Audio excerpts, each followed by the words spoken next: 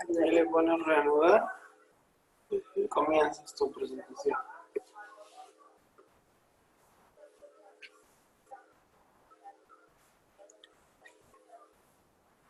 Buenas noches. Vamos a hablar hoy día sobre hidratación del recién nacido. Este es un tema bastante importante porque tiene que ver con el manejo de cualquier patología que ocurra en este periodo neonatal y considerando que el riñón del recién nacido, aun siendo de un bebé a término, tiene particularidades que debemos tomar en cuenta a la hora de tomar decisiones.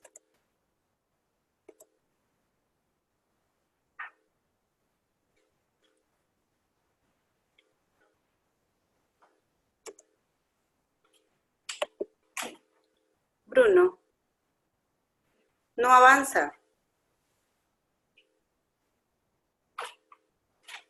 No avanza. ¿Cómo va a avanzar? Tú no tienes que dar clic a tu PPT. Sí, pues eso es lo que estoy haciendo. ¿Cómo no avanza? Con las flechas. Con las flechas. No avanza. Estoy... Estás en pausa. Ya.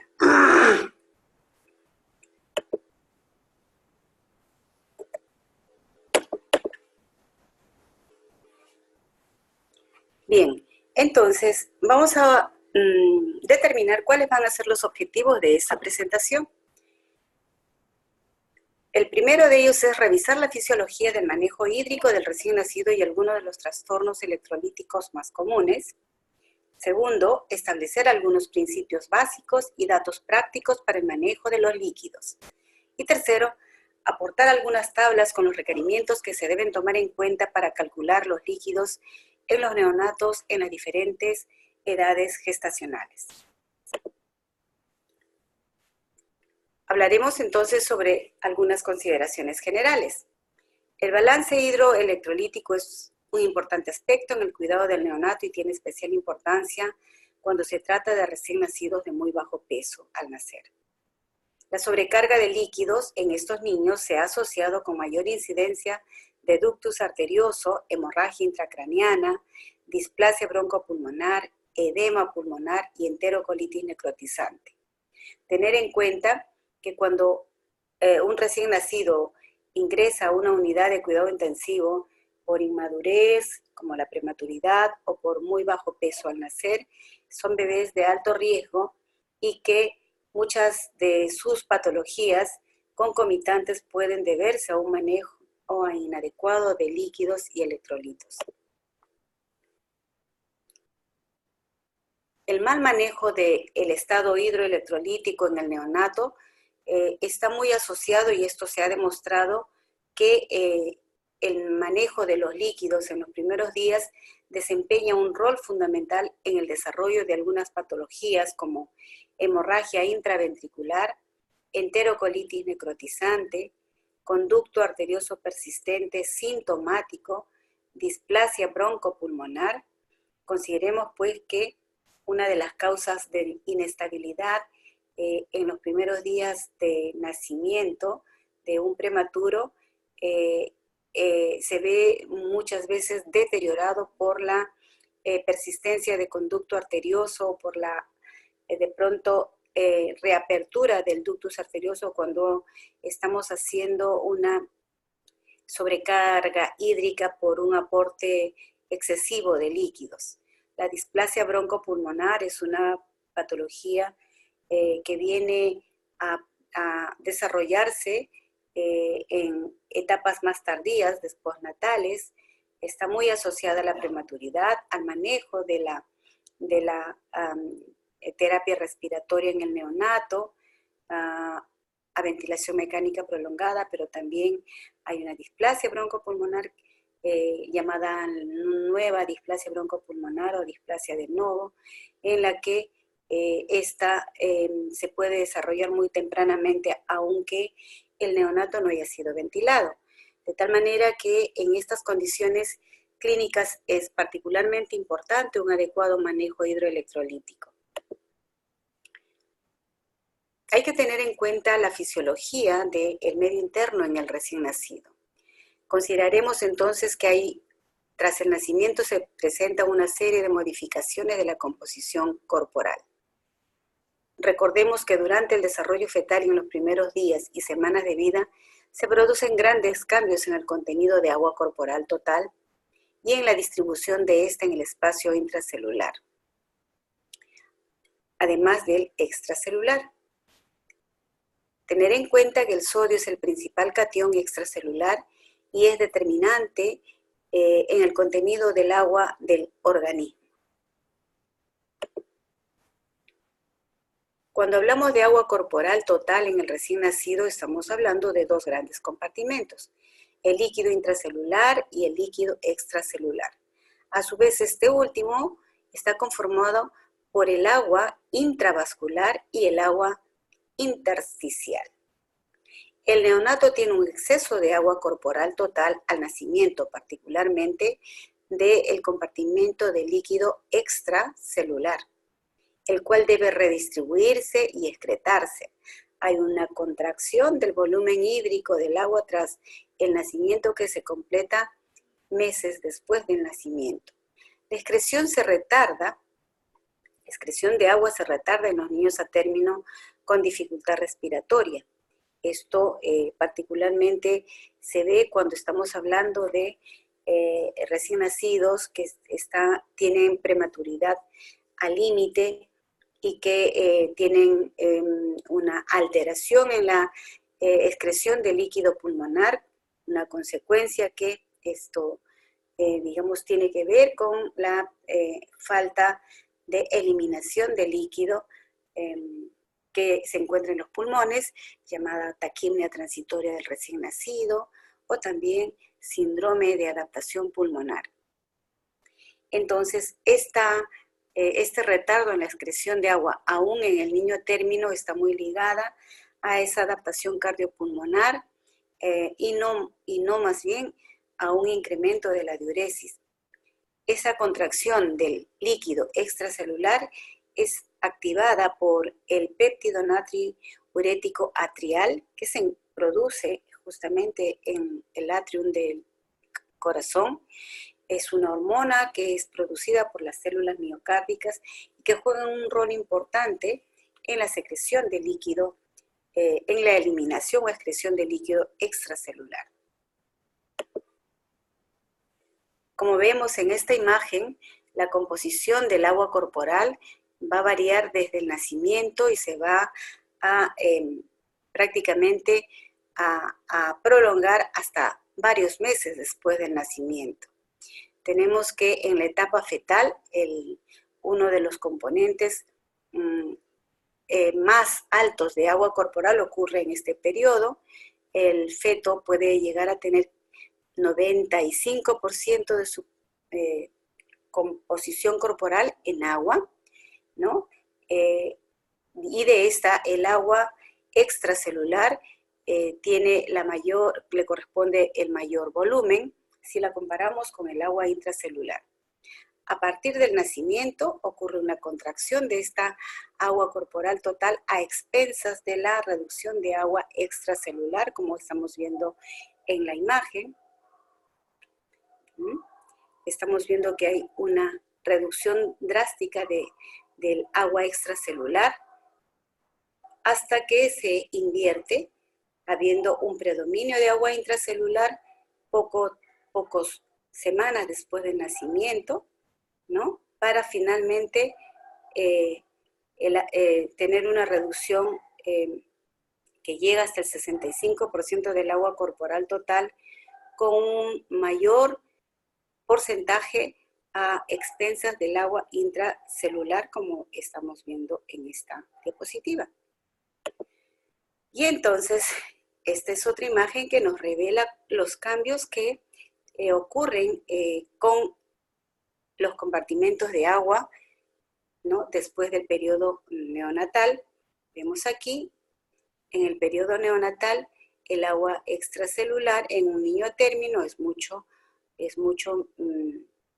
menor que en el niño prematuro y mucho menor que en el periodo fetal, puede llegar hasta casi el 80% del agua corporal total, y el agua extracelular, que su mayor componente se va reduciendo hasta que esto completa la madurez del medio interno. Estas modificaciones en la composición del agua corporal se acompañan de una eliminación de sodio, ¿no? Que es importante tomarla en cuenta por algunas razones que vamos a explicar más adelante. Así, en los primeros días de vida se considera fisiológico mantener un balance hídrico negativo, ¿no? Que permita justamente la contracción del agua extracelular. Entonces, tratar de corregir esto podría originar más bien sobrecarga de líquidos con las complicaciones que hemos visto en la diapositiva anterior. Y entonces, esta tabla nos está revelando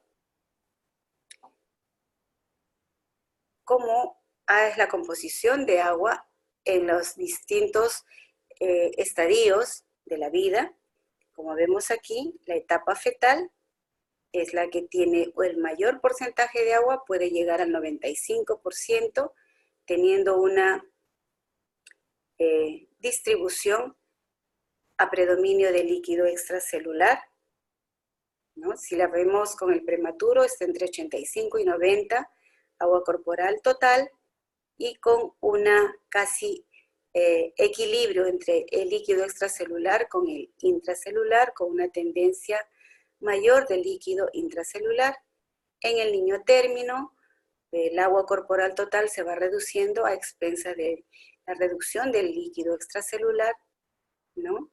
Y hacia los 2 años ya prácticamente se completa la madurez del medio interno, teniendo un agua corporal total similar al del adulto a partir de los 2 años, con una reducción del líquido extracelular que llega al 25% y 20% en el adulto, y un predominio de agua intracelular que es del 35%. Entonces, es claro que estos periodos fetal y en el caso de un nacimiento prematuro, es necesario reconocer que hay un volumen de agua total que se debe contraer de manera fisiológica y que justamente los cálculos que hagamos en el aporte de líquidos y electrolitos en este periodo debe ajustarse muy estrictamente. Existe adaptación del medio interno y esta adaptación del medio interno se va a dividir en 3 fases. La fase 1 de transición, en donde es importante que consideremos que puede haber oliguria en las primeras horas, seguida de una fase diurética con pérdida de sodio y agua, que culmina cuando el recién nacido alcanza su máxima pérdida corporal. Y cuando hablamos de pérdida corporal, hay que tener en cuenta que el recién nacido tras el nacimiento puede tener una pérdida de peso que llega al 10% en el niño a término, pero puede ir hasta 15 o 20% cuando este es prematuro, sobre todo cuando hay prematuridad extrema. La fase 2 o intermedia concluye con la contracción del líquido extracelular, dura aproximadamente 5 a 15 días y se completa cuando el bebé o el recién nacido recupera el peso de nacimiento y garantiza una ganancia ponderal de 20 gramos por kilo día. La fase 3 o de crecimiento estable, en esta fase se observa un aumento de peso continuo en el que hay una ganancia ponderal de 20 gramos por kilo día con un balance positivo de agua y electrolitos, y sodio básicamente. Hablamos hace unos minutos sobre que después del nacimiento hay una contracción del volumen del líquido extracelular y del agua total, y que esto explicaría el por qué los recién nacidos tienen que bajar de peso en los primeros días de vida. Entonces, vemos pues que el niño a término debe perder peso alrededor de un 7%, y los prematuros pueden llegar a perder a 10 o 15% de peso corporal, y que esta pérdida de peso se acompaña pues de pérdida de agua y pérdida de sodio. La pérdida de peso en el periodo postnatal no se da en tiempos muy fijos, más bien son un tanto variables, pero hay una aproximación que podemos tener en cuenta, que si un recién nacido pesa más de 2.000 gramos, puede ocurrir la mayor pérdida de peso entre el tercer y cuarto día de vida. Si el recién nacido pesa menos de 2.000 gramos o está entre 1.500 y 2.000 gramos, la pérdida de peso puede ocurrir entre el cuarto y sexto día en promedio. Pero los prematuros extremos, los menores de 1.000 gramos, pueden perder o continuar perdiendo este peso entre el noveno y 13º día. A partir de esperamos pues la segunda fase de transición de la contracción del líquido extracelular, en donde empieza a recuperarse el peso perdido. Todos estos cambios en el medio interno obedecen a una serie de mecanismos fisiológicos. Básicamente, el riñón del recién nacido es uno de los órganos que interviene en esta regulación del medio interno. Desde hace muchísimos años, ya más de 25 años, se cambió la percepción del que el riñón del recién nacido era un órgano ineficiente cuando era comparado con la función del riñón del adulto, ¿no? Sin embargo, está demostrado que es un órgano que está extraordinariamente bien adaptado en su rol para mantener la homeostasis y hacer posible el rápido crecimiento corporal o somático necesario durante este periodo crítico de la vida. Así podremos decir que el riñón del recién nacido o del prematuro funciona de acuerdo a las necesidades de este periodo de la vida. La función renal en el periodo fetal, como ya todos lo sabemos, es asumida estrictamente por la placenta. La placenta es el principal órgano que va a asumir este rol, así como muchos otros que asume durante el periodo fetal, de nutrición, respiración, intercambio hormonal, metabólico, etcétera, ¿no? Entonces, la placenta para esta función es el órgano depurador, ¿no? Hasta la primera semana de vida, en los valores de urea y creatinina que pueden obtenerse en el recién nacido corresponderán a los valores maternos. Entonces, es posible que impresionen más altos de lo que corresponde para la etapa fetal, pero hay que tener en cuenta que en esta primera semana todavía se mantendrán los valores maternos. El feto ya produce orina a partir de la 9ª a 12ª semana de gestación. Quiere decir que ya tiene un riñón que funciona. A partir de la 34 a 35 semanas de edad gestacional, ya existe 1 millón de unidades glomerulares para cada riñón. Esto significa que tiene unidades que filtran y que van a tener diversas o asumir las distintas funciones que tiene el riñón en lo que es depuración, concentración, etc. Hay que considerar que en el periodo fetal, el flujo sanguíneo renal está constituido solo por el 2 a 4% del gasto cardíaco en el tercer trimestre del embarazo. Es por eso que decíamos que la placenta asume el rol de depuración, mientras el feto del feto inútero. Que este flujo sanguíneo renal aumenta hasta 15 o 20% después del nacimiento, ¿no? Cuando cae la resistencia vascular en el momento del corte del cordón y se produce esta redistribución del flujo renal. La filtración glomerular es completamente distinta y va mejorando o más bien adecuándose a las necesidades según la etapa gestacional y la etapa o edad postnatal. Es así que en el niño a término, la filtración glomerular será de 20 mililitros por minuto por 1.73 metros cuadrados de superficie corporal. A la segunda semana de vida, esta filtración se va a duplicar y llegará hasta 60 o 70 mililitros por minuto por 1.73 metros cuadrados de superficie corporal, que es la que va incrementando y que se alcanza más o menos cuando el niño tiene 2 a 3 meses de edad. A partir del año, la filtración es de 100 a 110, ¿no? Pero hay que considerar que si el niño a término tiene 20 mililitros, el prematuro tendrá una filtración glomerular mucho menor, ¿no? Se estima que la creatinina plasmática al quinto día de vida en el recién nacido oscila entre 0.3 a 0.4 miligramos por decilitro.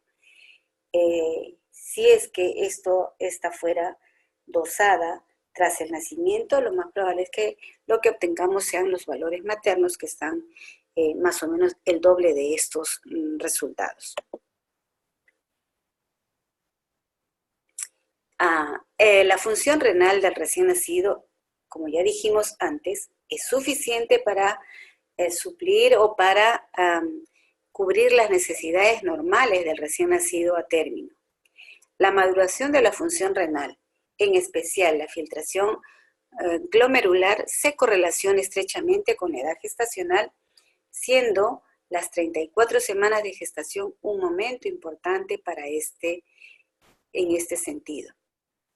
Las limitaciones que tiene un recién nacido de bajo peso son baja filtración glomerular, transporte tubular inmaduro, limitaciones en la capacidad de dilución y especialmente de concentración.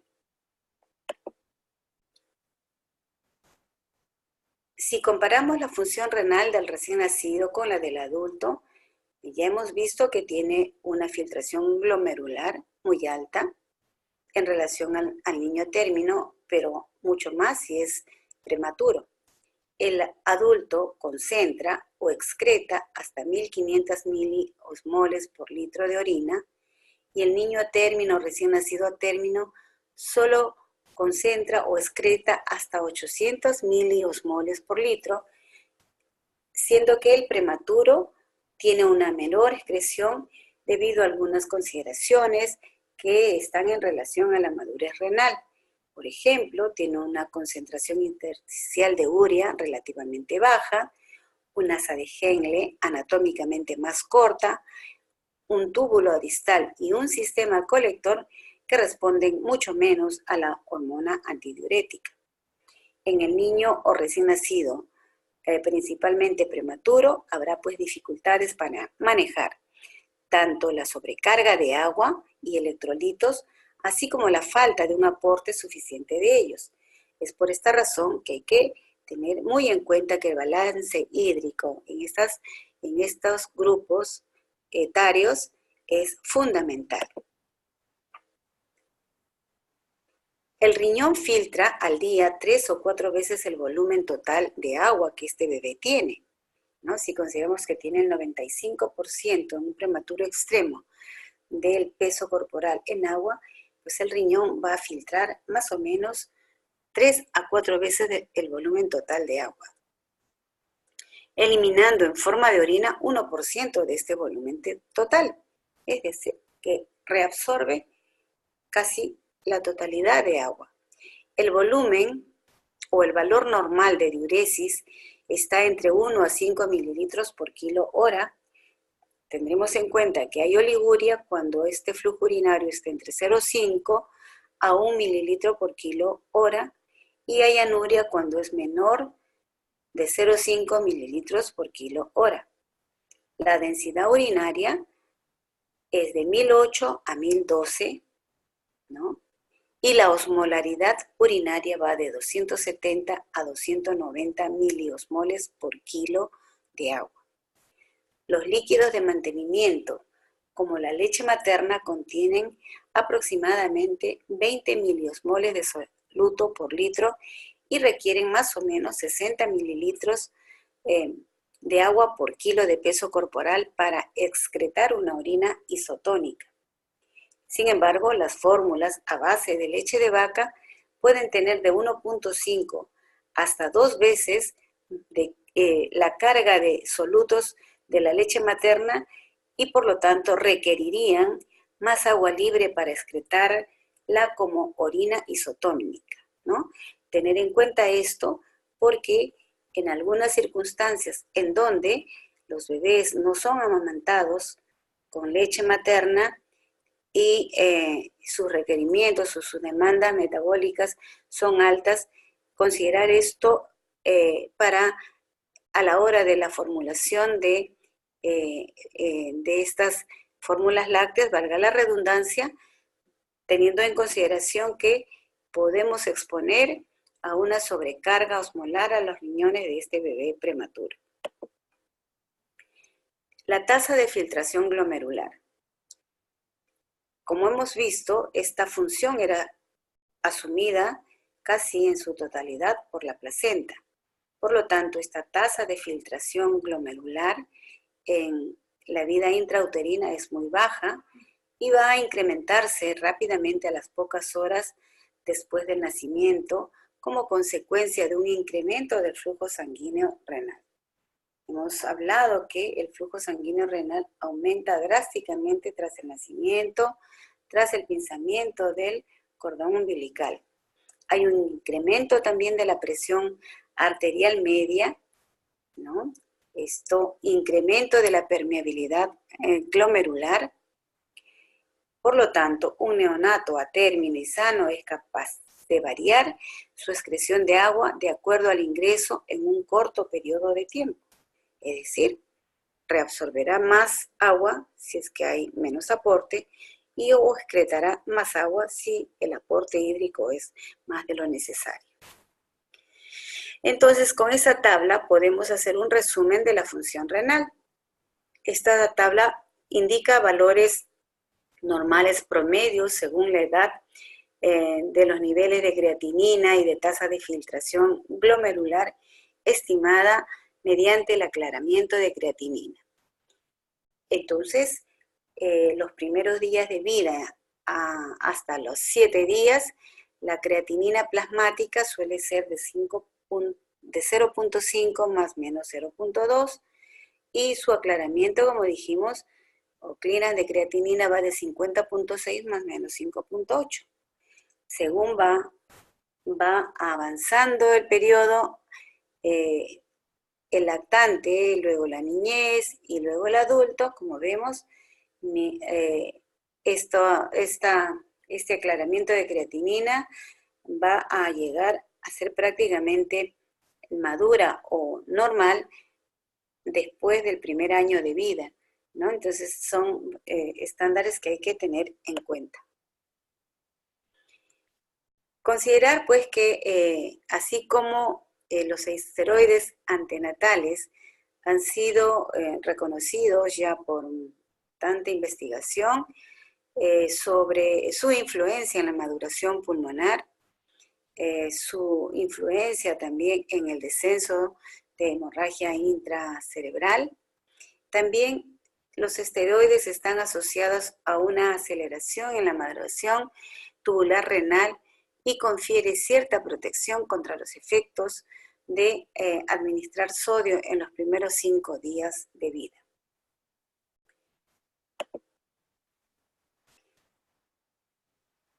Hay que tomar en cuenta que la micción en el periodo neonatal inmediato puede ser muy variable y puede en algunas situaciones retrasarse hasta 48 horas en un pequeño porcentaje de recién nacidos que va del 3 al 7%, ¿no? La diuresis normalmente debe ser mayor a 1 mililitro por kilo hora. Probablemente haya muchas dudas, en realidad hay que la fisiología renal y la fisiología del recién nacido tiene muchas influencias de otras condiciones o factores. ¿Qué hay con respecto a la pérdida de agua? Hay que tomar en cuenta que la pérdida de agua va a obedecer, particularmente en el periodo neonatal, porque es esto muy grande en el recién nacido y esta pérdida puede ir disminuyendo con el aumento del tamaño del recién nacido. O sea, es inversamente proporcional. Así diremos que en los recién nacidos menores de 24 semanas, la pérdida de agua puede llegar hasta 200 mililitros por kilo día, comparada con el recién nacido a término, en donde esta pérdida aproximada y en promedio es de 20 mililitros por kilo día, ¿no? Y esto obedece a su mayor superficie corporal. Mientras más prematuro, el recién nacido tiene mayor superficie corporal. El niño a término, si lo comparamos con el adulto, tiene una superficie corporal que puede llegar a ser incluso el doble de la superficie corporal del adulto, a expensas de la superficie que otorga su cabeza. Entonces, diremos pues que las pérdidas insensibles pueden llegar a ser de 30 a 65 mililitros por kilo día, de las cuales por piel se pierde el 66% y por la vía respiratoria 33%. Que el recién nacido requiere agua para formar orina en proporción de 20 a 60 mililitros por kilo día. Agua para formar deposiciones de 0 a 10 mililitros por kilo día. No, en este periodo no es de pronto importante debido a su escasa participación en la pérdida de agua, el sudor y el agua para el crecimiento. Podemos decir entonces que el agua que requiere un recién nacido para equilibrar todas estas pérdidas y necesidades fisiológicas va de 50 a 135 mililitros por kilo día.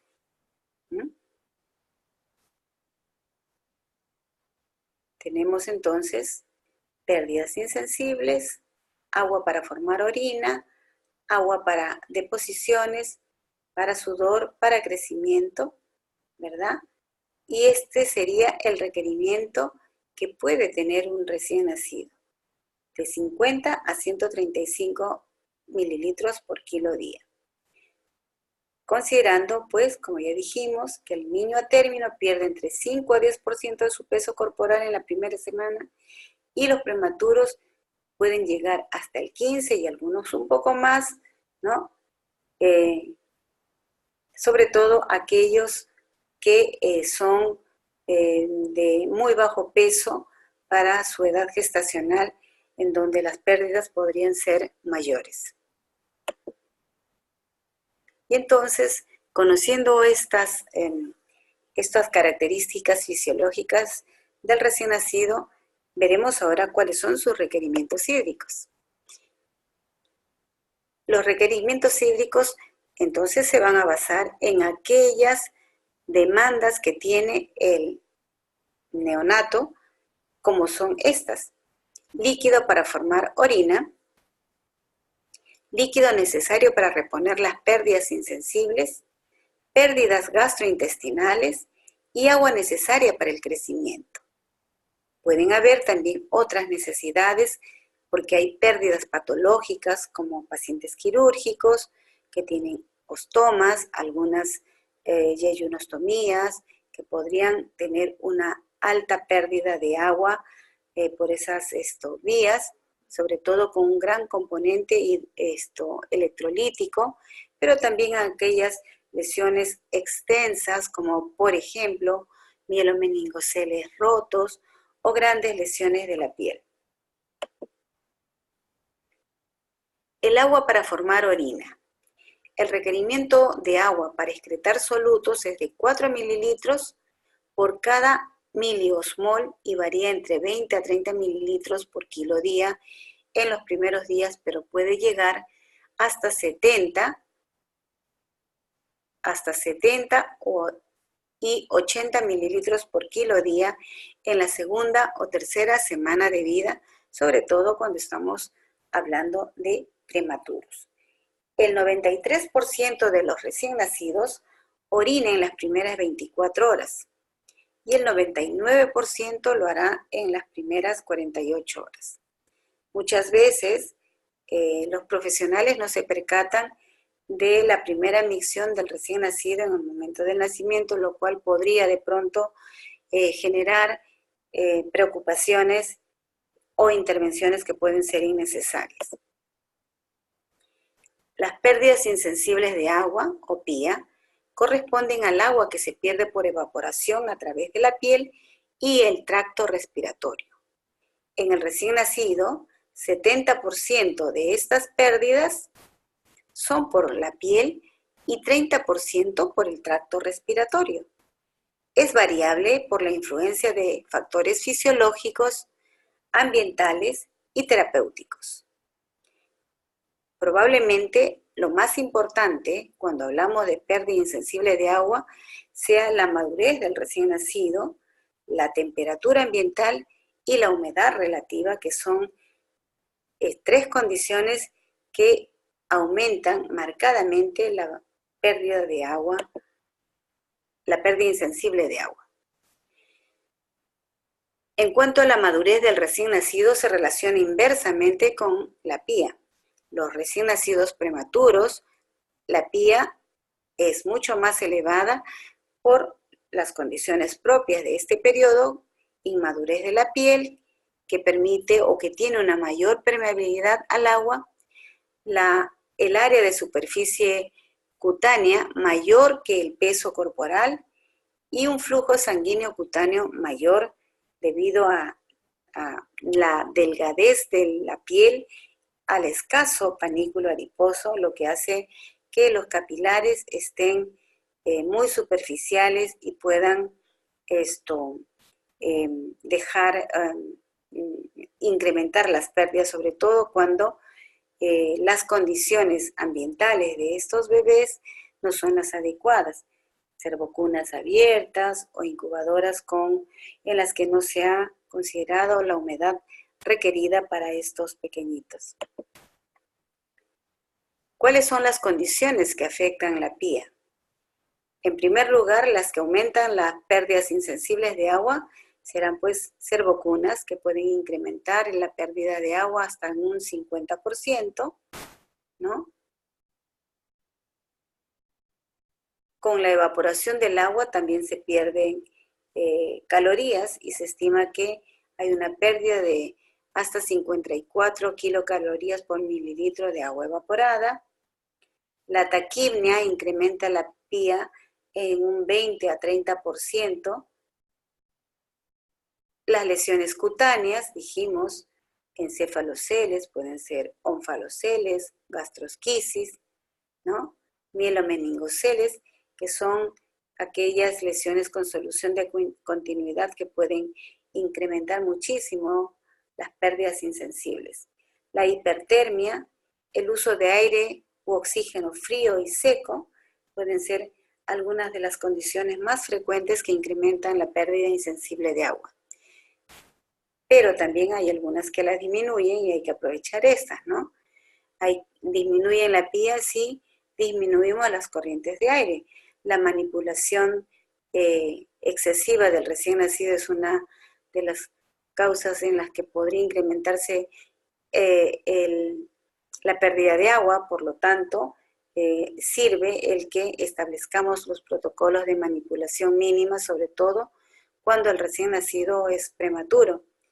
El aumento de la humedad relativa dentro de los microambientes, es decir, dentro de las incubadoras, para lo cual se establece que los prematuros requieren una humedad que puede llegar al 80% en las incubadoras, y hay que de pronto evitar esta pérdida de agua con el uso de cubiertas especiales, como las cubiertas de plástico, que son bastante fáciles de conseguir cuando se adecúan bolsas de polietileno. El uso de sistemas de gas humidificado y calentado que digamos que es una de las, menos mal, últimas, es lo que menos ocurre en estos tiempos en las unidades de cuidado intensivo. ¿Cómo calculamos la pérdida insensible de agua entonces? La pérdida pues variará según el peso, la edad gestacional, las condiciones ambientales y patológicas. Los factores que más influyen, dijimos que era la inmadurez o bajo peso y el tipo de ambiente en el que se cuida el recién nacido. Entonces, la pérdida insensible de agua, si vemos en este recuadro, se va a calcular determinando ingresos menos egresos más la pérdida de peso. Sobre esto se aplica si el recién nacido perdió peso, pero será ingresos menos egresos menos la ganancia de peso si el recién nacido ganó peso, ¿no? Entonces, son dos situaciones distintas. Cuando el bebé perdió peso más de lo esperado o cuando ganó peso en el periodo que esperábamos que lo pierda, la primera semana de vida.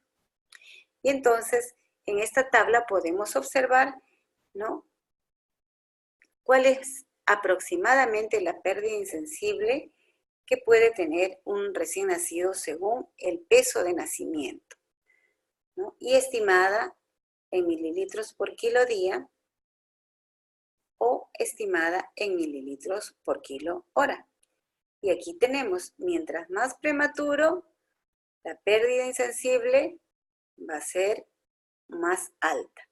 El prematuro extremo que tiene menos de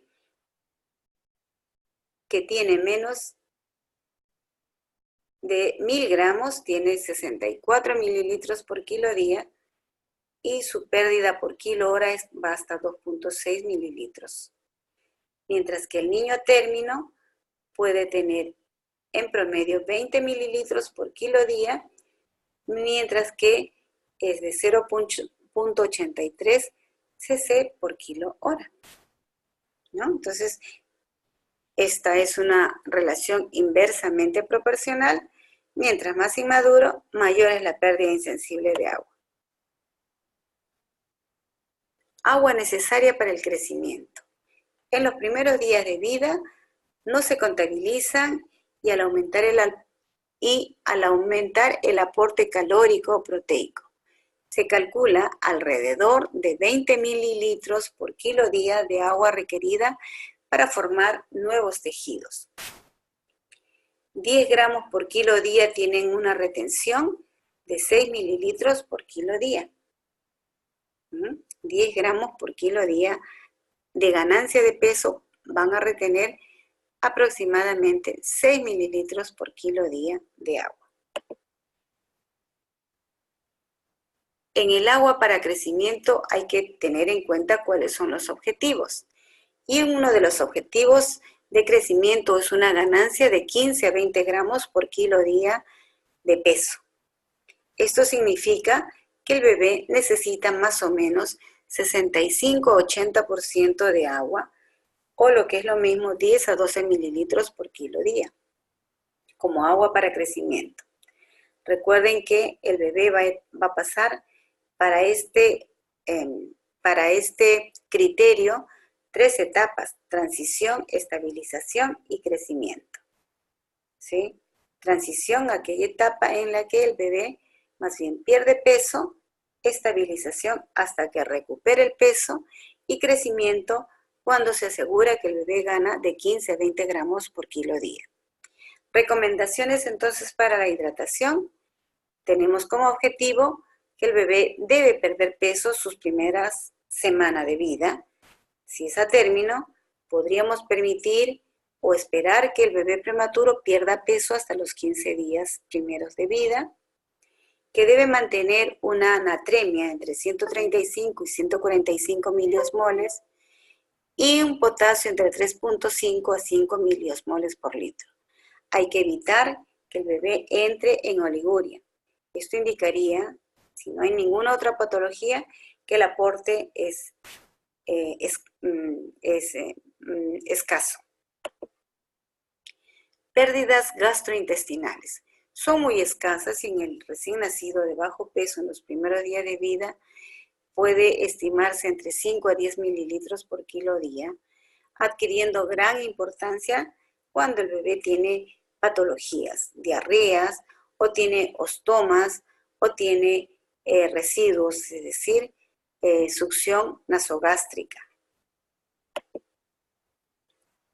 Las pérdidas patológicas están conformadas por pérdidas gastrointestinales, diarrea, ostomías y otras, ¿no? Drenajes torácicos, drenajes gastrointestinales, defectos de la pared abdominal y del sistema nervioso central, gastrosquisis, onfalocele, mielomeningocele, otras soluciones de continuidad o heridas, diuresis osmótica y el tercer espacio. Teniendo en consideración esto, pues hay que reponer las pérdidas que ocurren y que son medibles, reponiendo volumen a volumen, tanto líquidos como electrolitos. Estimar entonces la hidratación y el estado hemodinámico. Hay que ver cambios en el peso corporal, el débito urinario, la concentración de electrolitos séricos, ¿no? Son las formas de evaluar un adecuado balance hídrico. En el balance hídrico hay que establecer que el aspecto es el aspecto más importante en el cuidado del recién nacido. Tiene especial trascendencia cuando el recién nacido es de muy bajo peso debido a su alta necesidad de líquidos. Sabemos que el balance hídrico está constituido por la determinación de los ingresos, en el cual se contabiliza todos los ingresos de manera sistemática, y egresos conformados por aquellos pérdidas medibles como diuresis, ¿no? Deposiciones, vómitos, y aquellas pérdidas insensibles, ¿no? O pérdidas extrarrenales. La pérdida insensible de agua no se puede medir directamente, se puede estimar según el balance del día anterior, integrando factores que lo puedan modificar, como por ejemplo la temperatura de la cuna radiante, la fototerapia, la polipnea, entre otras. Y entonces, si tenemos un bebé que no tiene patologías, diremos que estos son sus requerimientos basales, tanto de líquidos como electrolitos. Para el primer día, su aporte en agua es suficiente con 70 a 80 mililitros por kilo día. Hay que aumentar este aporte en 10 a 20 mililitros por kilo día, ¿no? Para cuando tenemos un recién nacido que tiene menos de 1.500 gramos. Hay que aumentar el aporte en el caso de que el bebé reciba tratamiento como la fototerapia, que incrementa la pérdida, lo que significa que debemos incrementar de 10 a 20 mililitros por kilo día. También cuando se usa calefactor radiante, 10 a 20 mililitros por kilo día, ¿no? Estos valores consideran aún que el bebé esté con un cobertor plástico. El primer día no se debe administrar líquidos. Del segundo al séptimo día, el incremento va de 20 mililitros por kilo día si la pérdida de peso se presenta entre menos de 2 a 3%. Si la pérdida de peso del bebé está entre 2 y 3%, podemos aumentar 20 mililitros por kilo día del aporte hídrico. Además, hay que aumentar 10 mililitros por kilo día por cada 1% de pérdida de peso mayor al 3% por día. Con ganancias de peso, Esto es al revés. Cuando más bien el bebé está ganando peso, hay que restringir de 10 a 20 mililitros por kilo día el aporte hídrico. Si el peso del bebé es estacionario, puede mantenerse el aporte. En los recién nacidos que pesaron menos de 1.500 gramos, si se encuentran críticamente enfermos, las indicaciones y el cálculo hidroelectrolítico serán estrictamente según balance. El aporte de electrolitos, sodio y potasio. El primer y segundo día no requiere aporte de electrolitos. A partir del día 3 se debe dar el requerimiento basal para sodio y potasio. Como vemos en la diapositiva, 2 a 3 miliequivalentes de sodio por kilo día y de potasio 1 a 2 miliequivalentes por kilo día. En algunas situaciones podría incrementarse mucho antes si es que tenemos un dosaje en las que vemos que los valores están por debajo de los adecuados para su edad. En esta tabla también podemos tener una guía de cuál es el volumen de agua que puede estimarse para cada recién nacido según su peso de nacimiento. Igualmente, a más prematuro, mientras más prematuro la pérdida insensible de agua era mayor, del mismo modo, el requerimiento de agua es mucho mayor mientras más pequeño es el prematuro. Así que si tenemos un prematuro que pesa menos de 600 gramos, puede requerir desde el primer día de vida hasta 120 mililitros por kilo día, de tal forma que al quinto o séptimo día sus requerimientos vayan de 140 a 180. Mientras más grande el bebé, sus requerimientos van a ser menores. El promedio de agua que requiere un bebé a partir de la semana es más o menos 150 mililitros por kilo día. Esto obviamente va a depender del balance hídrico. Habrán bebés que requieren más volumen que este promedio o a la inversa. ¿Qué hacemos entonces cuando estamos manejando el estado hidroelectrolítico del bebé? Pues es necesario que tengamos peso diario mínimo. Podría ser cada 18 horas, cada 12 horas, esto dependerá de la patología del paciente. Hay que medir diuresis, hay un balance hídrico que puede ser cada 8, 12 o 24 horas, nuevamente según el estado del paciente. Hay que medir glucosuria, densidad urinaria, presión arterial, dosar electrolitos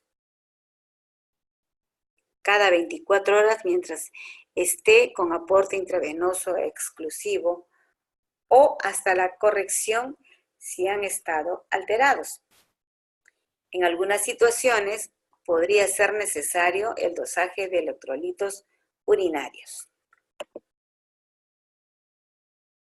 Entonces diremos que el balance hídrico adecuado en la semana 1 podría ser si es que tiene un gasto urinario de 2 a 3 mililitros por kilo hora, la densidad urinaria está entre 1008 y 1012, la pérdida de peso está entre el 5% para el niño a término y de 12 a 15% si es prematuro.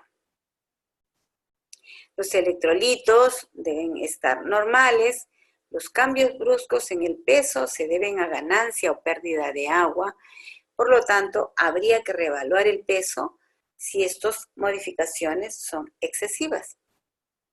La diuresis normal va de 2 a 4 mililitros por kilo hora,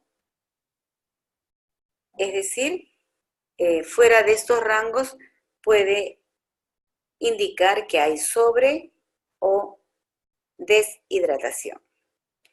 Recordar que La oliguria es aquella en la que encontramos una diuresis menor de 1 mililitro por kilo hora.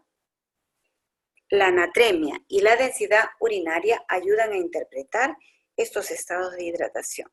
Un bebé que aún no teniendo otras pérdidas, si hablamos del prematuro, si tiene una pérdida de peso importante o mayor a la esperada, hay que dosar electrolitos porque la mayoría de las veces estos bebés hacen deshidratación e hipernatremia. Entonces hay que adecuar el balance hídrico y las necesidades según estos resultados. Finalmente podemos decir que el medio interno está regulado por una serie de condiciones como son los ingresos, los egresos, la pérdida insensible de agua, las patologías asociadas y el balance hídrico, que también hicimos el balance hídrico, puede ayudar a mejorar el cálculo de las necesidades en este grupo etario, sobre todo cuando hablamos de prematuros. Bueno, entonces podemos decir que si hacemos las cosas bien, puede que hayan premios, puede que no hayan castigos, pero lo que sí va a haber siempre son consecuencias cuando no hacemos las cosas bien. Lo dijo Mafalda. Bueno, eso es todo. Espero que esto haya oportunidad para aclarar algunas dudas. Muchas gracias, buenas noches.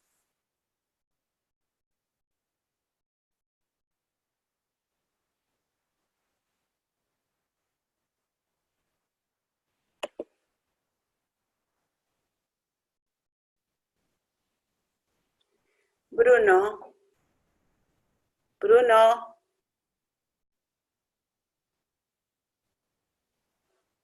Bruno.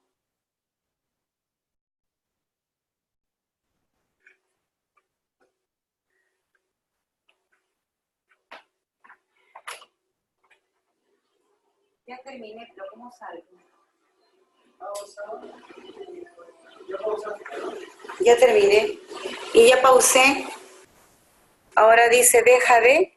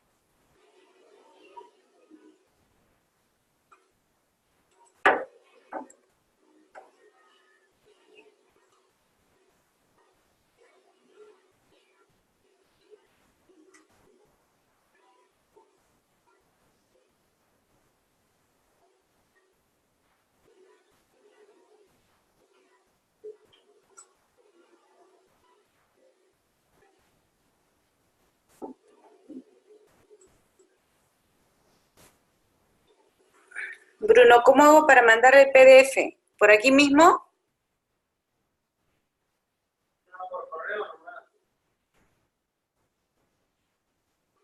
Ya, entonces, ¿cómo me salgo? Deja de.